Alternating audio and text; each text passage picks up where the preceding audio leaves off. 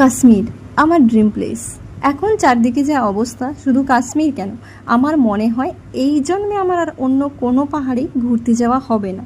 তার কারণ হচ্ছে, ঘুরতে যাওয়ার মতো টাকা, সময়, বাড়ি থেকে পারমিশন আর অফিস থেকে ছুটি কোনোটাই আমার কাছে নেই।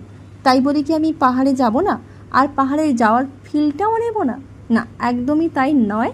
আজকে আমি আর আমার অফিস বেস্টি মিলে লুকিয়ে যাচ্ছি পাহাড়ে ঘুরতে। কোন পাহাড়ে যাচ্ছি তোমাদেরকে পুরোটা দেখাবো, তার জন্য ভিডিওটা দেখতে হবে। আমরা এখন পাহাড়ে উঠে গেছি, চারিদিকের সুন্দর মনোরম দৃশ্যটা উপভোগ করব, ফ্রেশ হাওয়া খাবো, আর তারপর আমরা ফিরে যাব। আর এই ট্যুরে আমাদের কোনো টাকা লাগেনি, একদম যাকে বলে জিরো কস্ট ট্যুর প্ল্যান।